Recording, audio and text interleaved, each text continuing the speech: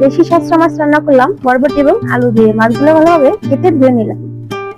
এরপরে বরবটি এবং আলু কেটে ধুয়ে নিলাম। আরো আছে পেঁয়াজ বাটা, রসুন বাটা, আদা বাটা, জিরে গুঁড়ো, হলুদের গুঁড়ো, কাঁচামরিচ কুচি, ধনেপাতা কুচি এবং ফোড়ন বাটা।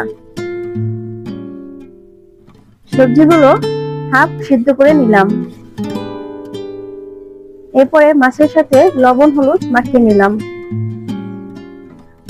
মাখা হয়ে গেলে কড়াইতে তেল ঢেলে দিলাম। তেলটা গরম হলে মাছগুলো ভালোভাবে ভেজে নিলাম। অন্য একটা কড়াইতে তেল ঢেলে দিলাম এবং পেঁয়াজ বাটা, রসুন বাটা, আদা বাটা, জিরের গুঁড়ো, হলুদের গুঁড়ো দিয়ে ভালোভাবে কষিয়ে নিলাম। সাথে আরো লবণ দিয়ে দিলাম।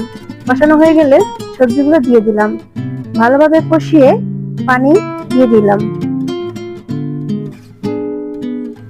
পানিগুলো উতলে মাছ এবং ধনেপাতা কুচি, মরিচ কুচি এবং ফোড়ন বাটা দিয়ে ভালোভাবে নেড়ে চেড়ে কিছুক্ষণ চাল দিয়ে আমার তৈরি হয়ে গেল বরবটি এবং কই মাছের ঝোল।